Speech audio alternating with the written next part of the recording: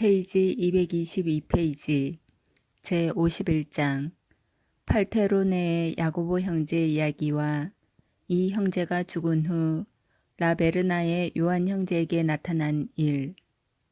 위대한 성덕을 지닌 팔테로네의 야고보 형제가 페르모 속광구 몰리아노 수도원에서 중병으로 누워있을 때다. 그 당시 마사의 수도원에 머물고 있던 라베르나의 요한 형제는 이 소식을 듣고 자기 아버지처럼 사랑하던 야고보 형제를 위하여 기도로써 만일 야고보 형제의 영혼에 그것이 좋다면 육신의 건강을 회복시켜 달라고 간청했다. 이렇게 경건히 기도하고 있을 때 탈원되어 숲속에 있던 자기 방 바로 위 하늘에 무수한 천사와 성인의 큰 무리가 나타나 눈부신 광채로 그 지방 일대를 환히 밝히고 있는 것을 보았다. 그런데 그 천사와 성인들 속에는 지금까지 기도해주고 있던 병든 야고보 형제가 찬란한 빛을 내며 흰 옷을 입고 있는 것이 보였다.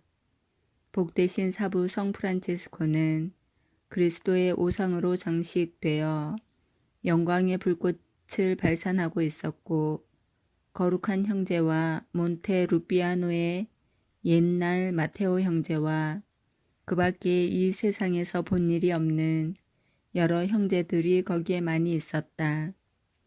요한 형제가 큰 기쁨 속에 그 복된 성인들을 바라보고 있는 동안 저 병든 야고보 형제는 확실히 구원은 받지만 이번 병으로 죽게 될 것이며 또 죽는다 하더라도 잠시 동안 연옥에서 정화되어야 하기 때문에 천국에는 바로 못 들어가게 되리라는 계시를 받았다. 이 계시로 그 영혼이 구원된다는데 크게 기뻐 조금도 슬퍼하지 않고 벅찬 영적인 환희 가운데 마음속으로 야고보 형제의 이름을 부르며 야고보 형제, 사랑하는 아버지 야고보 형제, 내 친애하는 벗 야고보 형제, 하느님의 가장 충성된 종이며 친구인 야고보 형제, 천사들의 벗이며 천국의 시민이여 하고 소리쳤다. 요한 형제는 이러한 확신과 기쁨 속에서 다시 제정신으로 돌아오자 고 수도원을 떠나 그 형제를 문병하려고 몰리아노로 갔다. 그는 야고보 형제가 말도 못할 지경으로 악화된 것을 보고 하느님의 계시로 알게 된 것과 같이 육신은 죽으나 영혼은 틀림없이 구원되고 영광스럽게 된다는 것을 말해 주었다. 이 말을 들은 야고보 형제는 큰 기쁨과 즐거운 낯으로 그를 맞이하면서 좋은 소식을 가지고 온 데 대하여 감사하며 잘 기도해 달라고 당부하였다. 요한 형제는 야고보 형제가 죽은 후 자기에게 다시 와서 어떻게 되었는지 좀 알려달라고 애원하였더니 야고보 형제는 만일 하느님께서 허락해 주신다면 그러겠다고 약속했다. 이런 말을 한 다음 임종의 시간이 닥쳐왔으므로 야고보 형제는 나 영원한 생명에 들어가 편안히 누워 쉬리라 라는 시편 구절을 읊고 희열에 가득 찬 얼굴로 이 세상을 떠났다. 요한 형제는 마사 수도원으로 돌아와 야고보 형제가 약속한 날에 그 약속이 이루어지기를 기다리고 있었다. 바로 그날 요한 형제가 기도하고 있으려니까 그리스도께서 천사들과 성인들 여러 명을 거느리고 나타나셨지만 야고보 형제는 그 중에 없었다. 요한 형제는 깜짝 놀라 그 형제를 공손히 그리스도께 의탁해 버렸다. 그 다음날 요한 형제가 숲에서 기도에 잠겨 있으려니까 천사들의 안내로 야고보 형제가 나타났는데 모두들 영광스럽고 즐거웠다. 요한 형제는 아버지여, 왜 약속하신 대로 어제 오시지 않았습니까? 하고 물었더니 그는 이와 같이 대답하였다. 나는 연옥에서 좀 정화되어야 했기 때문에 그랬소. 그러나 그리스도께서 형제에게 발현하시자 형제가 나의 일을 주께 부탁드려 줄 때 그리스도께서는 그 기도를 들어주시어 나를 모든 고통에서 구해 주셨소. 또 그때 나는 저 거룩한 평수사인 마사의 야고보 형제에게 발현하였는데 때마침 그 형제는 미사 복사를 하고 있었고 거룩한 성체를 사제가 들어올릴 때 성체가 살아있는 아주 예쁜 어린이로 변하는 것을 보았소. 나는 그 형제에게 오늘 나는 이 어린이와 함께 영원한 생명의 나라로 갑니다. 그 나라에 이 어린이 없이는 아무도 갈 수 없습니다. 하고 일러주었소. 이 말을 마치고 야고보 형제는 같이 온 복된 천사들과 더불어 천국으로 돌아갔다. 요한 형제는 큰 위안에 가득 차 있었다. 이 팔테로네의 야고보 형제는 7월 성 야고보 축일 전날 밤에 몰리아노 수도원에서 세상을 떠났고 그가 죽은 후 그 형제의 공로로 말미암아 하느님께서는 그곳에서 많은 기적을 행하셨다. 그리스도께 찬미. 아멘. 제52장 라베르나의 요한 형제가 본 환시와 성 삼위일체의 도리를 완전히 깨달은 일. 라베르나의 요한 형제는 이 세상의 일시적인 쾌락과 위로를 완전히 내버리고 자기의 모든 기쁨과 소망을 오직 하느님께 두고 있었기 때문에 어지신 하느님께서는 그에게 신비로운 위안과 계시를 주시되 특히 그리스도의 대축일들에 주셨다. 어느 해 그리스도의 성탄 축일이 가까워 오고 있을 때 예수 그리스도의 인간성을 통하여 하느님께로부터 어떤 위안을 얻게 되리라는 기대를 가졌다. 과연 성령께서는 성자가 스스로 낮추사 우리와 같은 인성을 취하시게 된 그리스도의 애덕에 대한 넘치는 사랑과 열성을 그 영혼 속에 불어넣어 주셨다. 그래서 요한 형제는 그의 영혼이 정말 육신을 벗어나 용광로처럼 타오르는 듯한 느낌이 들었다. 그 형제는 이 뜨거움에 견딜 수 없어서 몸부림치며 괴로워하다가 기진맥진하여 소리쳤다. 성령의 세찬 힘과 뜨거움으로 소리를 치지 않을 수가 없었던 것이다. 이 활활 타는 그 열이 밀어닥친 요한 형제는 구원에 대한 확신을 너무나 강하고 분명히 깨달았기 때문에 그때에 죽는다면 연옥을 거치리라고는 생각지 않았을 것이다. 이러한 사랑은 꼬박 반년이나 계속됐다. 이 애덕의 치열한 열정이 넘치는 사랑은 항상 계속된 것이 아니며 하루 중 몇 시간만 그랬다. 이 형제는 하느님의 위안과 방문을 수차례 받아서 자주 타론하였다. 이것은 이 전기를 처음 쓴 분도 직접 목격했다.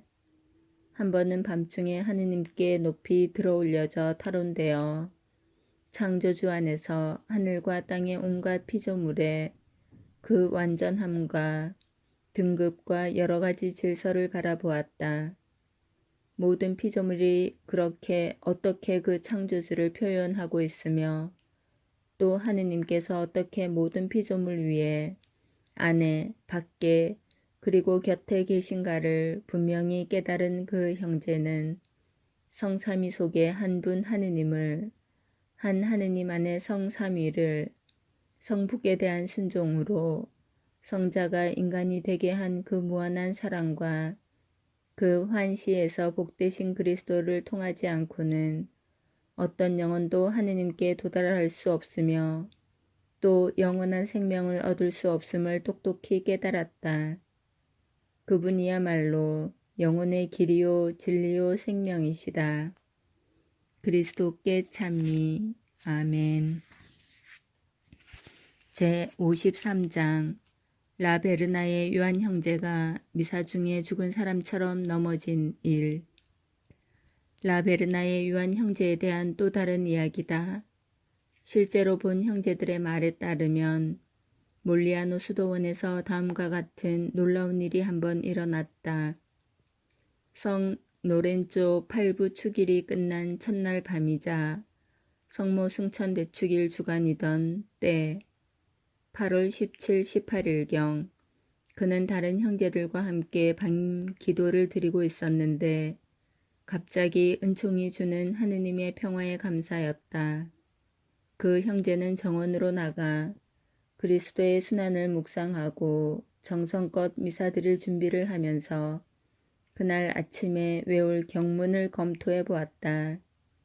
그리스도의 몸을 축성하는 이는 내 몸이니라 라는 말씀과 그리스도께서 고귀하신 피로써 우리를 구속하셨을 뿐 아니라 그 살과 피를 우리 영혼의 양식으로 주시는 무한한 사랑을 더 묵상하자 감미로운 예수님의 사랑이 그의 마음에 점점 커져 아주 뜨겁고도 온화하게 되어 그렇게 큰 감미로움을 영원히 더 견디지 못하고 다만 성령에 취한 사람 모양 이는 내 몸이니라 하고 쉬지 않고 되풀이하였다. 이같이 그 말씀을 내고 있는 동안에 요한 형제는 복되신 그리스도께서 동정 마리아와 무수한 천사들과 함께 계시는 것이 보이는 것 같았다. 더구나 성령께서는 이 말씀으로 지극히 높은 성사의 높고 깊은 신비를 모두 밝혀주셨다. 날이 새자 그는 이 열정과 들뜬 마음에서 자기를 보는 사람도 없고 아무도 안 들었겠지 하는 생각으로 이는 내 몸이니라를 중얼거리면서 성당에 들어갔다. 그런데 실상은 성가대석에서 기도하던 한 형제가 모든 것을 다 보고 들었던 것이다. 요한 형제는 이 열정 속에서 넘치는 하느님의 은총을 억누르지 못하여 큰 소리로 외쳤다. 이런 모양으로 오랫동안 미사 시간이 올 때까지 있었다. 미사 시간이 되자 그는 제의를 입고 제단으로 갔다. 미사를 시작하자 갈수록 자기 안에 그리스도의 사랑과 이 경건한 열정이 점점 더 커지고 또한 형언할 수 없는 하느님께 대한 신심의 감격이 한꺼번에 몰려와서 이것을 자기 자신은 즉시 말로 표현할 수가 없었다.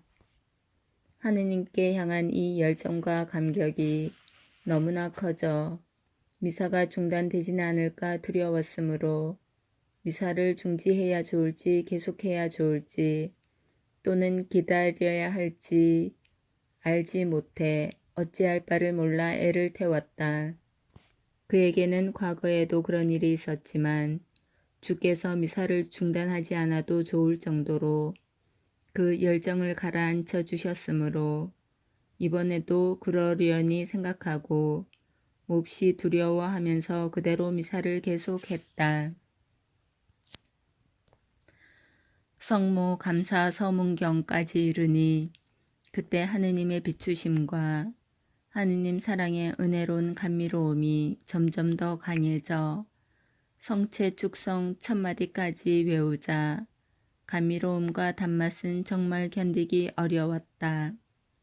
드디어 성체빵을 향하여 축성과 축성의 말씀을 할 때가 되어 이미 그 반, 즉 이는 내까지 외우니 아무리 해도 그 뒤를 계속할 수가 없게 되었다. 다만 이는 내라는 말만 반복하고 있었다. 그 뒷말을 계속할 수 없었던 이유는 바로 그리스도께서 수많은 천사들과 함께 계신 것을 느끼고 보고 또 그 위험에 눌렸기 때문이다. 요한 형제는 자기가 먼저 그 말씀의 나머지 부분 몸이니라를 마저 외우지 않으면 그리스도께서 성체의 빵에 들어오시지 않거나 성체의 빵이 그리스도의 성체로 실제 변화를 하지 않음을 보았으므로 요한 형제는 이렇게 황공하여 어쩔 줄 모르고 기도문을 중단하고 있었다. 수도 원장과 다른 형제들 그리고 미사 참례하러 성당에 모인 많은 일반 교우들이 제단을 향하여 몰려왔다.